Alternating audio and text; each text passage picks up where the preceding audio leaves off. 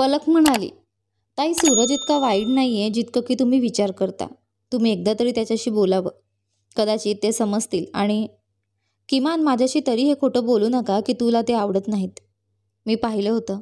त्यांनी जेव्हा तुझ्यावर गुलाल फेकली तेव्हा तुझ्या चेहऱ्यावर खूपच सुंदर हसू उमटलं होतं. खरंच सांगते ताई, तू इतकी गोड मला कधीच वाटली नव्हती. पलकने आपले दोन्ही हात पाखीच्या गळ्यात घातले. पाखी आश्चर्याने आपल्या लहान बहिणीकडे बघत राहिली. कधीकधी तिच्या अशा सरळ पण मुद्देसूद बोलण्यामुळे पाखी निरुत्तर होऊन जायची.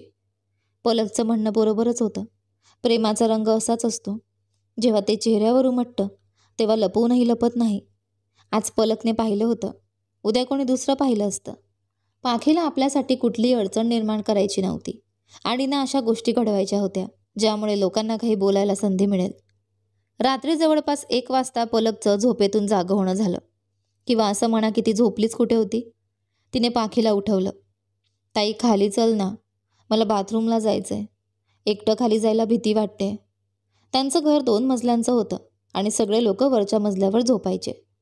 5 लोकांचं छोटं कुटुंब होतं. पप्पा आर्मीमध्ये होते आणि आई सुशिक्षित, आधुनिक विचारांची गृहिणी. सर्वात मोठी पाखी, मग तिच्यापेक्षा 1 वर्षाने लहान पलक आणि त्यांच्यापेक्षा लहान त्यांचा भाऊ, जो अजून फक्त 4-5 वर्षांचा होता. पाखी आणि पलक एकाच खोलीत झोपायच्या. आई भावासोबत शेजारच्या खोलीत. पप्पा फक्त सुट्टीला घरी यायचे. वरच्या मजल्यावर अजून वॉशरूम नव्हतं. पाखी उठली. दोघी बहिणी खाली आल्या. पण पलक बाथरूमकडे न जाता थेट दलानाकडे. घराबाहेर असलेला खोलीसारखा भाग ज्याचा एक दरवाजा गल्लीत उघडतो आणि दुसरा घराच्या आत. ती वळली. तिने दलानाची लाईट चालू केली. पाखी काहीच समजू शकली नाही. तीही काही वेळाने पलकच्या मागोमाग दलानमध्ये आली. तुला तर बाथरूमला जायचं होतं ना, मग इथे दलानमध्ये काय करतेस? पाखीने विचारलं. पलकची ही खूप वाईट सवय होती. रात्रीच्या वेळेस ती DVDवर चित्रपट बघायची आणि पाखीला मजबुरीने तिच्यासोबत बसावं लागायचं, कारण पलकला एकटीला भीती वाटायची. दिवसा तर भाऊ TV सोडत नव्हता. त्याला कार्टून बघायचं असायचं. तुझं बसण्याचं सोपं केलंय, असं म्हणत पलकनं TV लावला. तू इथे बसून TV बघ, तोपर्यंत मी फ्रेश होऊन येते. का गं, आता तुला एकटीला घाबरायचं नाही? नाही वाटणार. TVची आवाज येत राहील ना. आता जास्त प्रश्न विचारू नकोस. इथेच बस, मी आलेच. पलक पटकन दलानमधून निघून गेली. पाखी तिथेच सोफ्यावर बसली आणि TVचं रिमोट हातात घेतलं. ती अजून DVDवर एखादा छान चित्रपट सेट करत होती. तेवढ्यात अचानक दलानचा दरवाजा पटकन उघडला. पाखीचं काळीजत जोरात धपकन वाजलं. एक सावली दलानमध्ये आली. पाखी एवढी घाबरली की ती ओरडणारच होती. तेवढ्यात त्या सावलीनं तिच्या तोंडावर हात ठेवला. पाखीचा श्वासही थांबला.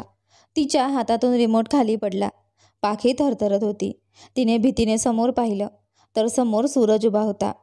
पाखी जोरात किंचाळणार होती, पण सूरजने पटकन तिच्या तोंडावर हात ठेवला. काय करतेस यार?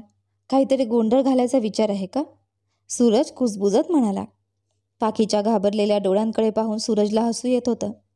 पाखीनं जेव्हा सूरजचं हसणं पाहिलं तेव्हा रागानं तिनं डोळे बंद केले. मी इथे तुझ्याशी बोलायला आलोय. प्लीज माझं बोलणं ऐक, सूरज म्हणाला. पाखीनं डोळ्यांनीच इशारा करून त्याला सांगितलं, तिच्या तोंडावरून हात काढ. सूरज समजला होता. मी हात हटवत आहे, ओके, पण प्लीज ओरडू नको. आधी माझं ऐक. मी इथे फक्त तुझं उत्तर ऐकायला आलो आहे. सूरजने पाखीच्या ओठांवरून आपला हात काढत सांगितलं.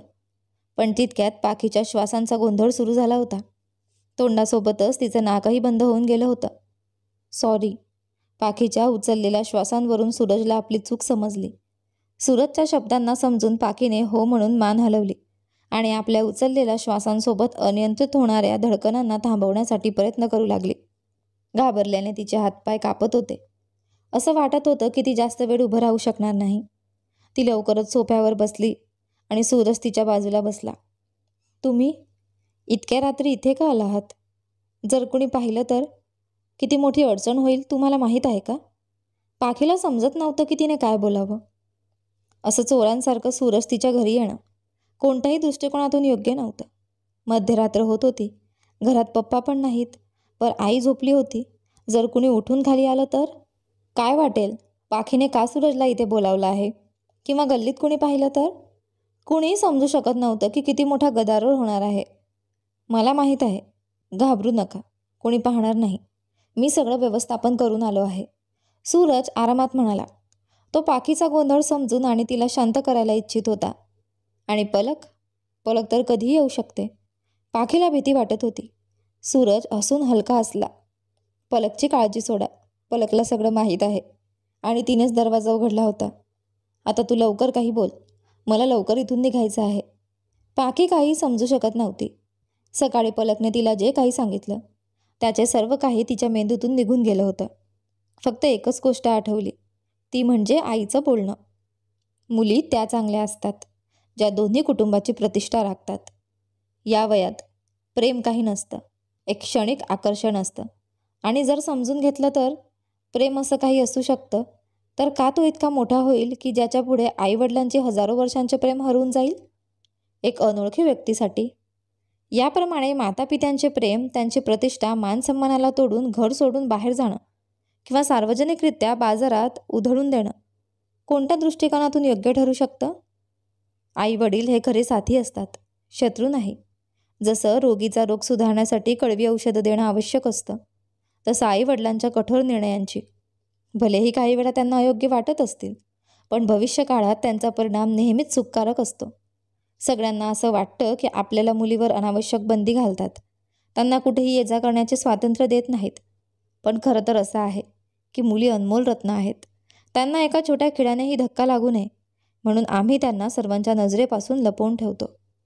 गल्लीत उडत असलेल्या धूळमुळेही आपल्याच रत्नावर पडून त्याची चमक कमी होईल अशी आम्हाला भीती असते.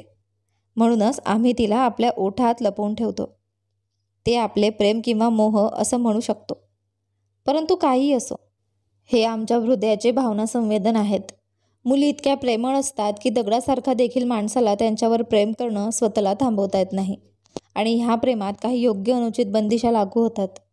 परंतु विचार करा की स्वतःच्या स्वातंत्र्याच्या प्रगतीसाठी आईवडिलांच्या प्रतिष्ठेला अशा प्रकारे सार्वजनिकपणे उधळणं योग्य आहे का? आपल्याला शिक्षण घेऊन स्वावलंबी बनण्याचे वय आहे. या सगळ्या अडचणीत न अडकता आपलं जीवन उधळण्यात नाही. पाखीने एक खोल श्वास घेतला आणि मग बोलू लागली. सूरज, तुम्ही एक चांगला मुलगा आहात. हा काळ शिक्षणाचा आहे. तुमच्या धैर्याची मी प्रशंसा करते. तुमच्या धैर्यामुळेच तुम्ही कधीही न घाबरता मला भेटायला माझ्या घरात या वेळेला आलात. परंतु हेच धैर्य जर तुम्ही देशासाठी दाखवलं असतं तर अधिक चांगलं झालं असतं. माझे पप्पा म्हणतात की निर्भीक आणि निडर जाबाज युवकांची आपल्या देशाला खूपच गरज आहे. आधी शिक्षण घेऊन काहीतरी बना, नंतर ह्या सर्व गोष्टीवर विचार करू. पाखी फार काही सांगू इच्छित होती, पण तिचं तोंड तिच्या मदतीला येत नव्हतं. ती घाबरली होती आणि राग पण येत होता. लहान वयात आपल्या भावना आणि उत्साहावर नियंत्रण ठेवणं जरा कठीण असतं. मन आणि मेंदूच्या युद्धात मेंदूचं ऐकणं आणि मग त्याला काही सांगणं जे तुमच्या हृदयात असतं, हे एक खूपच कठीण काम असतं. पाखीच्या डोळ्यात अश्रू आले. सूरजने हळुवारपणे तिच्या डोळ्यातून अश्रू साफ केले आणि तिला गळ्यात घ्यायला पुढे गेला. परंतु पाखीने त्याला हाताने इशारा करून तसे करण्यापासून मना केला. सूरज अश्रुपुरीत नजरेने तिच्याकडे पाहत होता. काही शब्दांमध्ये पाखीने आपलं हृदय त्याच्या समोर ठेवलं होतं. सूरजला समजलं होतं पाखी त्याच्यावर प्रेम करत होती, पण ती अशा प्रकारे गुपचूप केलेल्या प्रेमाची अभिव्यक्ती करणं पसंत करत नव्हती. ती आपल्या संस्कारांमध्ये लपलेली एक विशिष्ट अनमोल रत्न होती. सूरजच्या हृदयात पाखीच्या प्रती प्रेमासोबतच आदराची भावना जागृत झाली. काही वेळ शांत राहिल्यानंतर सूरजने तिला पुन्हा विचारलं, तुम्ही काय इच्छिता पाखी? मी काही इच्छित नाही, पाखीने स्पष्ट नकार दिला. थोडा वेळ शांत राहिल्यावर सूरजने पुन्हा विचारलं, काय हवं आहे तुला पाखी? मला काहीच नको आहे. प्रेम या सगळ्या गोष्टी माझ्यासाठी लग्नानंतरच्याच आहेत. बाबा जिथं सांगतील मी तिथं शांतपणे लग्न करीन. आणि प्लीज तुम्ही अशा प्रकारच्या गोष्टी करणं थांबवा. अशा गोष्टींमुळे मला बदनामीशिवाय काही मिळणार नाही. तुम्ही मुलगा आहात, तुम्हाला कोणी काही म्हणणार नाही. पण माझा विचार केलात का कधी? मी दिवस रात्र तुझाच विचार करतो, सूरजने ठामपणे सांगितलं. जर खरंच माझा विचार केला असता तर कधीही असं वागला नसता. तुम्ही जर खरंच माझ्यावर प्रेम करत असता तर इतके स्वार्थीपणे वागला नसता. फक्त स्वतःचा विचार केला नाही असता, माझा आणि माझ्या कुटुंबाचा सुद्धा विचार केला असता की तुमच्या या कृतीमुळे आमच्यावर काय परिणाम होईल. तुमच्या मनाने तुम्ही चिठ्ठी लिहिली आणि मनाच्या अधीन होऊन उत्तर मिळवण्यासाठी ना वेळ पाहिला ना जागा. मध्यरात्री माझ्या घरापर्यंत आला. पण जर ती चिठ्ठी दुसऱ्याच्या हातात पडली असती तर काय झालं असतं? किंवा कोणी तुम्हाला यायला पाहिलं असतं तर? कोणी असं म्हणणार नाही की सूरज तिथं आला होता. सगळे हेच म्हणतील की पाखीने सूरजला बोलावलं होतं. आपल्या समाजात आजही बोटं आधी मुलीवरच उचलली जातात. असो, हे सगळं सोडाच. मला फक्त एवढंच सांगायचं आहे की आधी शिकून सवरून काहीतरी बना. प्रेमासाठी आयुष्य भरपूर आहे. पाखीने नजर खाली घालून सांगितलं. सूरजच्या ठाम इराद्यांसमोर पाखीचा ठाम निर्णयही थोडासा डगमडीत होतोय असं तिलाच जाणवत होतं. पण ती मागे हटणार नव्हती. सूरज तिचा चेहरा खूप लक्ष देऊन पाहत होता. पलकने त्याला आधीच सांगितलं होतं की पाखीच्या मनातही सूरजसाठी भावना आहेत, पण ती बोलत नाही. कदाचित घाबरते. पण इथे येऊन आज सूरजला समजलं की त्याची पाखी कमजोर किंवा भित्री नाही. ती खूप धैर्यवान आणि मजबूत मुलगी आहे, जिला तिच्या संस्कारांवर उभं राहता येतं. पाखीचे अश्रू सूरजच्या मनावर थेट पडत होते. सूरजने एक खोल श्वास घेतला. ठीक आहे, जर तुला हेच हवं असेल तर तेच योग्य. आजपासून मी तुला माझं तोंड तेव्हाच दाखवीन जेव्हा काहीतरी बनलेलं असेल. आता मी असा चोरासारखा तुझ्याशी भेटायला येणार नाही, तर सगळ्या समाजाला साक्ष ठेवून तुझ्या दारात वरात घेऊन येईन. माझी वाट पहा. असं म्हणत सूरज थांबला नाही. पटकन दरवाजा उघडून बाहेर निघून गेला. त्याने पाखीच्या गल्लीपासून 2 गल्ल्यापुढे आपली बाईक लावलेली होती. कोणी पाहू नये म्हणून लपून छपून. पटकन तिथं पोचला आणि वेगाने आपल्या गावाकडे निघाला. पलक दरवाजाजवळ उभी होती. सूरज गेल्यावर ती आत आली. पाखी रडत होती. पलकने पुढे जाऊन तिला मिठी मारली. हे तू बरोबर नाही केलंस पलक. तू मला हे सांगणंही गरजेचं समजलं नाही की तू सूरजला भेटायला वेळ माझ्याशी न सांगताच ठरवला होतास. काय झालं असतं जर आई उठली असती किंवा रवी उठून खाली आला असता तर? आपण आईबाबांना असं फसवू शकत नाही.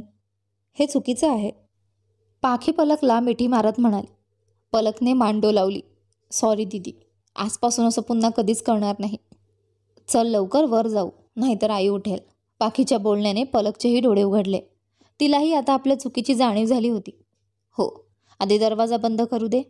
तुला दरवाजा उघडताना भीती नाही वाटली का की कुठला तरी चोर किंवा गुंड घरात घुसेल? पाखीने असा दरवाजा बंद केला जसं ती सूरजला आपल्या मनातून काढून टाकून दरवाजा बंद करायचं ठरवत होती. पण तिच्या हातून ते होत नव्हतं. त्या क्षणी पलकनेही काही बोललं नाही. फक्त पाखीचं वागणं शांतपणे पाहत राहिली. घरात सगळ्यांना वाटायचं की पाखी पलकच्या तुलनेत दुनियादारीत कच्ची आहे. कारण पलक तत्पर उत्तर देणारी होती, तर पाखी नेहमी शांत राहायची. पण आज पलकने पाहिलं तिची दीदी आपल्या संस्कारांवर किती ठाम आहे. इतकी ठाम की पलकसुद्धा नाही. दीदी शांत राहते कारण तिला प्रत्येक गोष्टीला उत्तर द्यायची परवानगी तिच्या संस्कारांनी दिलेली नाही.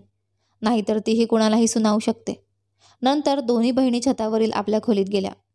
पलक रजईमध्ये शिरत म्हणाली, हे एक सैनिकाचे घर आहे. इथे चोर उचक्के येण्याची कल्पनाही करू शकत नाहीत. आणि जोपर्यंत आईचे दिलेले संस्कार आपल्यात जिवंत आहेत तोपर्यंत काहीही चुकीचं होणार नाही. मला आधी वाटायचं की तू कमजोर आहेस, घाबरतेस म्हणून शांत राहतेस. पण आज मला वाटते की खरी कमजोर तर मी आहे, जी आपली कमजोरी ओढून लपवते. सॉरी दीदी, आजपासून अशी चूक पुन्हा होणार नाही. आता मला तुझ्यासारखं बनायचं आहे. पाखीने एक नजर पलककडे टाकली. आजच्या या एका प्रसंगाने पलकलाही खूप काही शिकवलं होतं. पाखी आता समाधानी होती.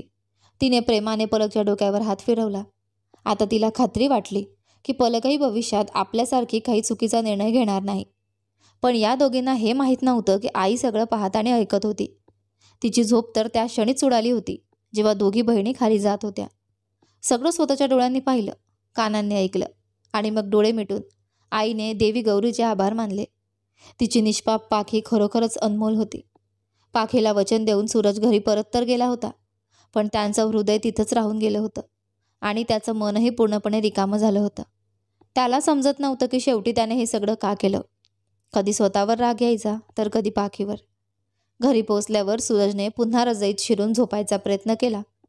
एका बाजूवरून दुसऱ्या बाजूवर वळत तो सतत विचार करत राहिला की नक्की राग कोणत्या गोष्टीवर आहे. पाखीने त्याला होकार दिला नव्हता, पण स्पष्ट नकारही दिला नव्हता. ती सूरजला त्याच्या पायावर उभं राहिलेला बघू इच्छित होती.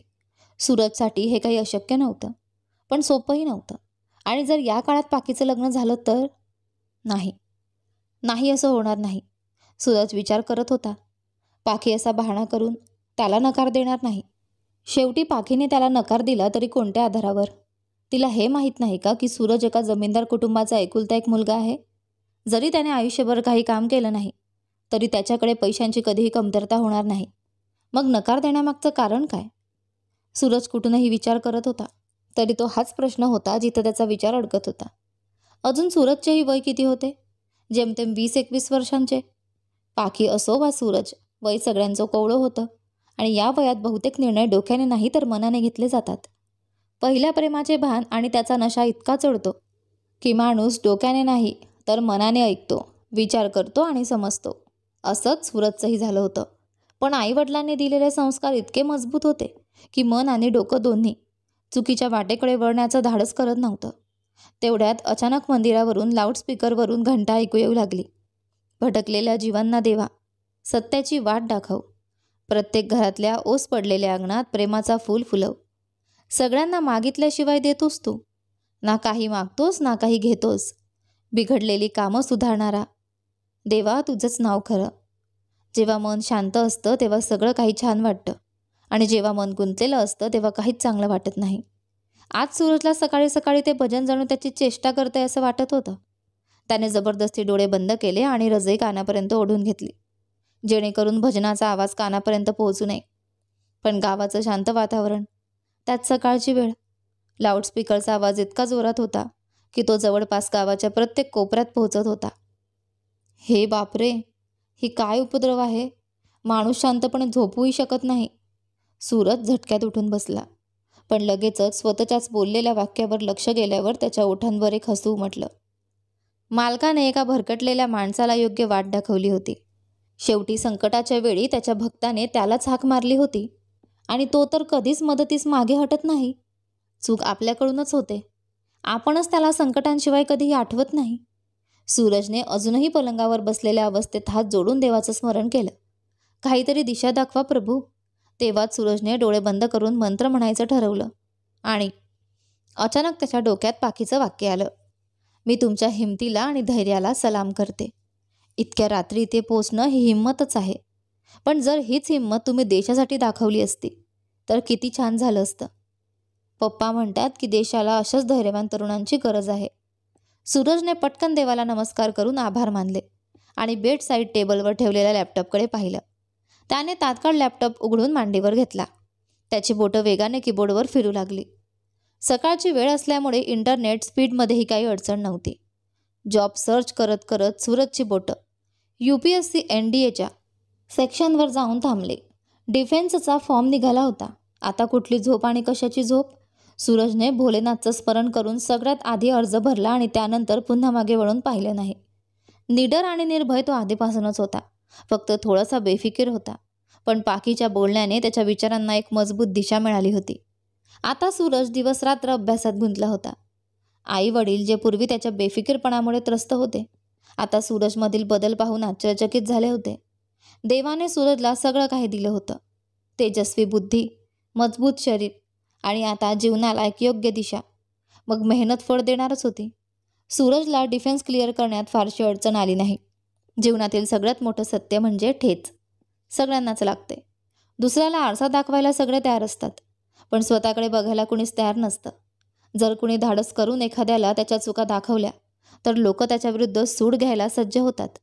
जर पाखीने आपल्या आईवडिलांनी दिलेल्या संस्कारांचा मान राखत सूरजला नकार देण्याचं धाडस केलं होतं, तर सूरजनं देखील आपल्या पालकांच्या संस्कारांचा सन्मान राखून स्वतःला नकार दिल्याचा सूड न घेता स्वतःला बदलण्याचा निश्चय केला होता. नाहीतर आजच्या समाजात अशा घटनांवर काय प्रतिक्रिया येते हे आपण सगळेच जाणतो. ॲसिड हल्ला, बलात्कार किंवा सोशल मीडियावर बदनामी करणारा कंटेंट टाकणं, हे योग्य आहे का? बदला नाही, बदल हवा. जर चूक आपली असेल तर स्वतःमध्ये बदल करा आणि जर समाजाची विचारसरणी चुकीची असेल तर तिला बदलायला देखील सज्ज व्हा. पण बदलाची सुरुवात आधी स्वतःपासून करा. सूरजला पाखीच्या प्रेमाने बदलून टाकलं होतं. कहते है प्यार जिसे दरिया है आग का, या फिर नशा है कोई जीवन के राग का. दिल में जो प्यार हो तो आग भी फूल है, सच्ची लगन जो हो तो पर्वत भी धूल है. तारे सजाऊंगा तेरे घर के सामने, एक घर बनाऊंगा तेरे घर के सामने. हळूहळू वेळ पुढे सरकत होता. शाळा संपली होती आणि कॉलेजचा प्रवास सुरू होणार होता. गावात कॉलेज नव्हतं, म्हणून पाखीच्या आईने तिच्यावर विश्वास ठेवत तिला शहरात हॉस्टेलमध्ये राहून पुढील शिक्षण घेण्याची परवानगी दिली. एकदा तरी निर्णयावर परत विचार कर बया. काळ खूप वाईट आलाय. तरुण मुलगी आहे, शहराचं वातावरण, उद्या काही चुकलं तर? शेजारच्या काकूने पाखीच्या आईला समजावत सांगितलं. मी हा निर्णय खूप विचार करून घेतला आहे काकू. मला माझी मुलगी सोन्यासारखी शुद्ध आहे हे माहीत आहे. नाहीतर पितळसारखे भांडी तर हवामान बदललं की रंग बदलतात. माझं सोनं कसोटीवर खरं उतरेल मला खात्री आहे. काळाच्या भीतीने मी तिचा प्रकाश मावळू देणार नाही. ज्या डोळ्यांना तिची चमक खटकते, आता ते डोळे बंद होणार. माझ्या मुलीला पुढे शिकण्याचा आणि तिची कला घडवण्याचा पूर्ण अधिकार आहे. मी तिच्या मागे उभी राहीन, तिला अडवणार नाही. पाखीच्या आईने ठामपणे उत्तर दिलं. काकू आपलं तोंड घेऊन निघून गेली. पाखीची आई समजूतदार आणि सुसंस्कृत बाई होती. ती कधीही कोणालाही अशा प्रकारे उत्तर देत नव्हती. पण आज पाखीसाठी तिने थोडक्यात शब्दात काकूला योग्य अयोग्याचं भान दिलं होतं. पाखी मात्र आश्चर्याने आईचं तोंड बघत राहिली. असं काय बघतेस? तू शिकायचं म्हणाली होतीस ना? मग जा, मन लावून अभ्यास कर. मला तुला डॉक्टर होताना पाहायचंय. काहीच काळजी करू नकोस, आईने तिचा हात हातात घेत म्हणाली. 12वीच्या परीक्षेत पाखीचे 90% गुण आले होते आणि आता तिला मेडिकलची तयारी करायची होती. तिच्या इच्छेला समजून घेऊन आईने आधीच वडिलांशी बोलून शहरात राहणं, जेवण, कोचिंग इत्यादीची सगळी व्यवस्था करून ठेवली होती. मी तिथे एकटी कशी राहीन? पाखीने आईचा हात धरला. आई हसली. अगं, मी तुला सासरी नाही तर शिकायला पाठवते आणि तू एकटी नाहीस. माझं प्रेम, आशीर्वाद आणि दिलेले संस्कार तुझ्यासोबत असणार आहेत, असं म्हणत आईने पाखीच्या कपाळावर प्रेमाने चुंबन घेतलं. आई, तो सूरज. पाखी थोडं थांबून सगळं सांगायचं ठरवते. आईने इतका विश्वास दाखवला होता तर पाखी इतका मोठा गुन्हा मनात ठेवू शकली नाही. तिला सगळं खरं सांगून माफी मागायची होती, पण आईने तिला बोलूच दिलं नाही. काय म्हणाली होतीस तू त्या दिवशी सूरजला? की हे वय शिकण्याचे आहे. तर हाच सल्ला मी तुलाही देते. हे वय शिकण्याचे आहे, शिक. आई हसत म्हणाली. आई, तुला कसं कळालं? आईचं उत्तर ऐकून पाखीचं तोंड आश्चर्याने उघडलं. दारात उभी असलेली पलक आईसाठी चहा घेऊन येत होती. तीही थांबून गेली. आई आहे मी, तुमचीच.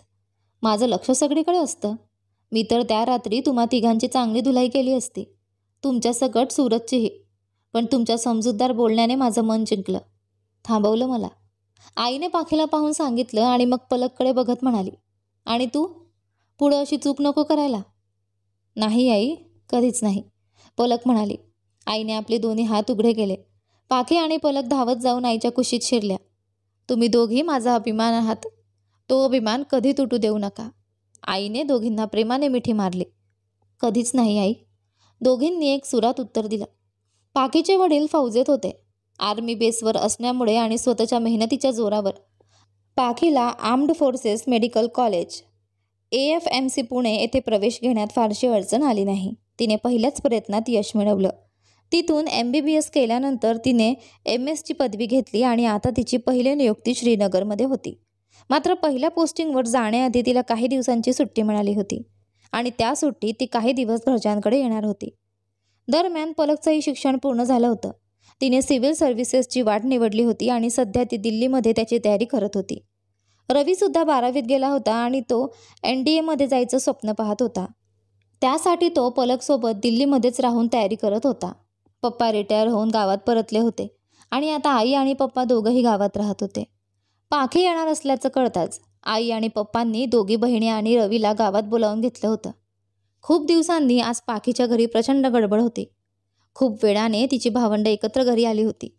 आई पप्पा दोघंही खूप आनंदी होते. पाखी, तुझं शिक्षण पूर्ण झालं आणि तुझी पहिली पोस्टिंगही लागली आहे. अशावेळी मला वाटतं कुटुंबाशी संबंधित एक महत्त्वाचं कर्तव्य मी आता पूर्ण करावं.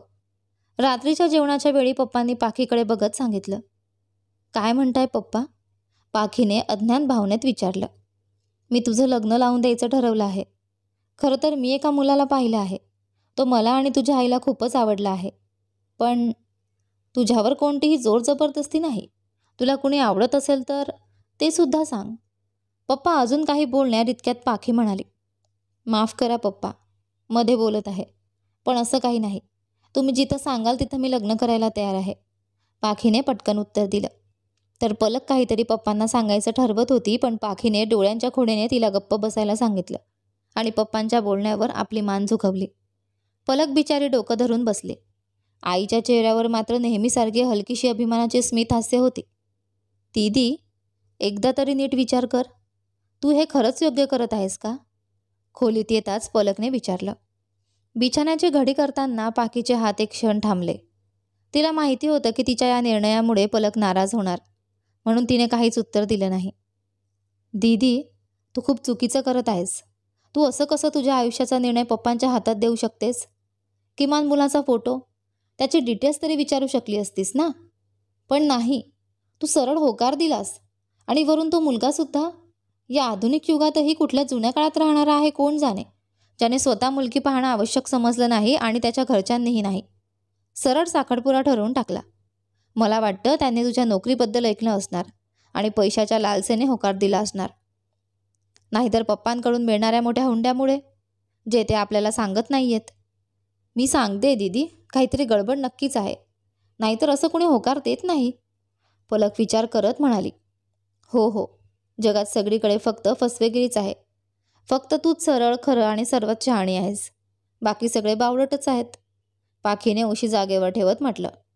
पलक विचारात बसलेली पाहून पाखीला आणायचे हसू आलं.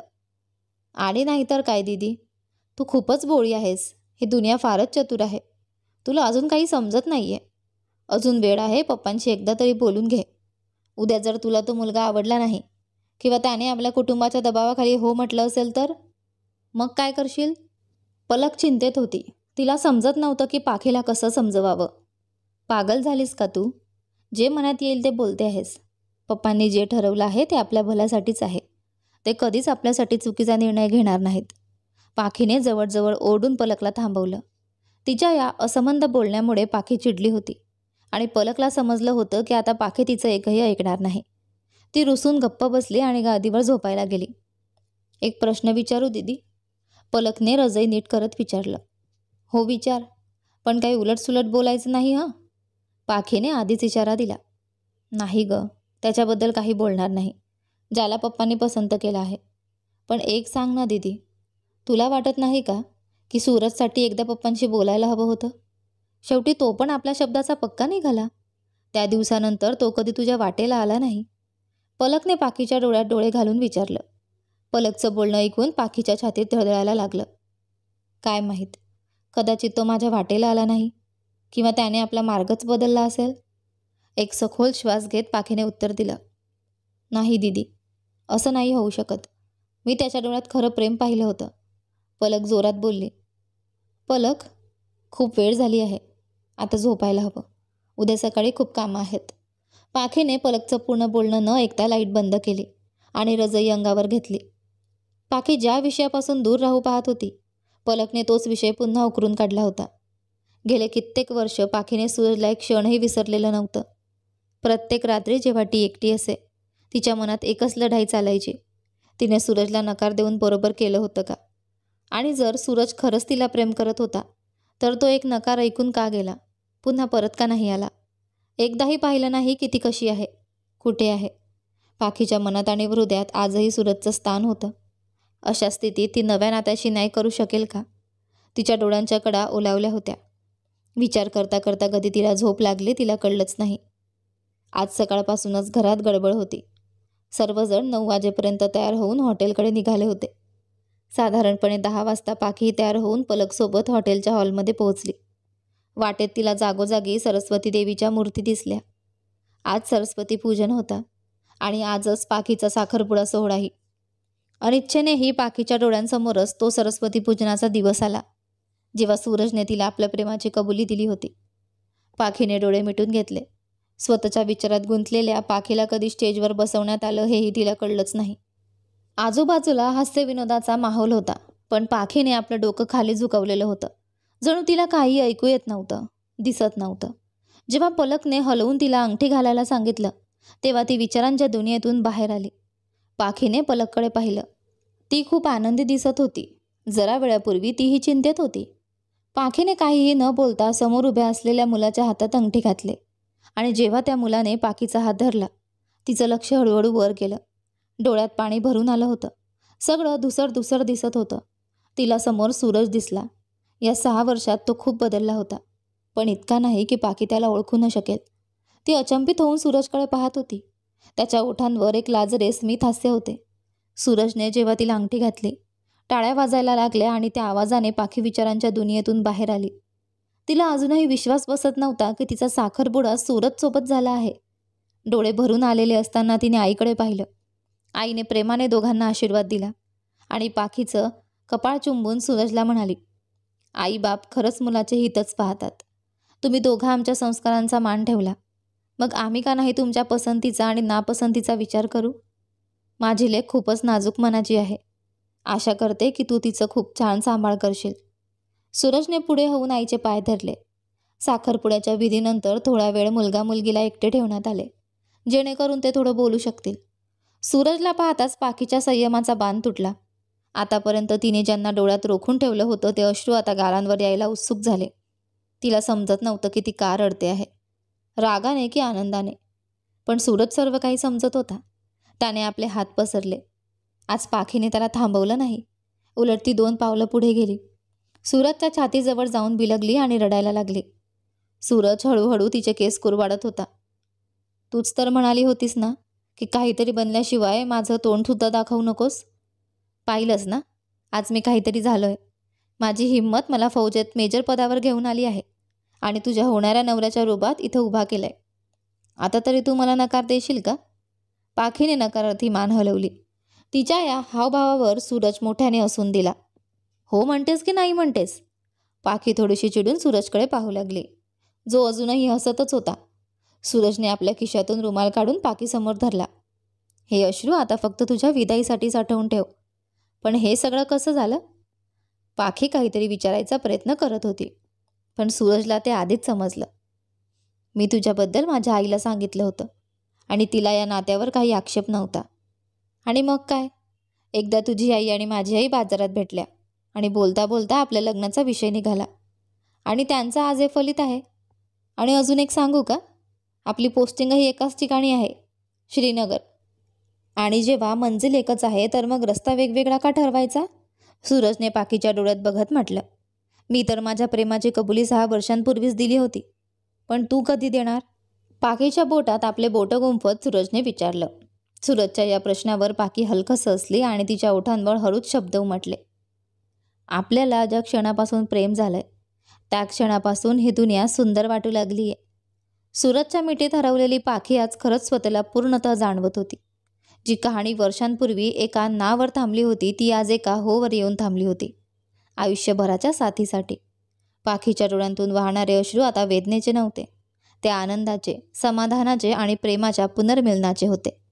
सूरजने जे वचन दिलं होतं, काही बनल्याशिवाय परत नाही येणार, ते पूर्ण झालं होतं. आणि पाखीनेही मनातल्या भावना मनात न ठेवता त्याच्या प्रेमाची कबुली देऊन त्यांच्या प्रेमकथेला एक सुंदर आणि सजीव पूर्णविराम दिला होता. हॉलमध्ये टाळ्यांचा गजर होत राहिला, पण सूरज आणि पाखीच्या जगात फक्त दोघेच होते. कधी काळी सुटलेली 2 मनं आज एकत्र झाली होती आणि एकमेकांच्या हातात हात घेऊन नव्या प्रवासाकडे निघाली होती, प्रेम, विश्वास आणि एकत्रतेच्या वचनासह. तर पहिलं प्रेम ही कथा आपली आज इथे संपते आहे. आशा करते की तुम्हाला आपली ही छोटीशी लघुकथा आवडली असेल. तुम्हाला कथा कशी वाटली कमेंट करून नक्की सांगा. आवडली असेल तर व्हिडिओला लाईक करा, चॅनलवर नवीन असाल तर सबस्क्राईब करा आणि हो, नोटिफिकेशन बेल नक्की दाबा. धन्यवाद.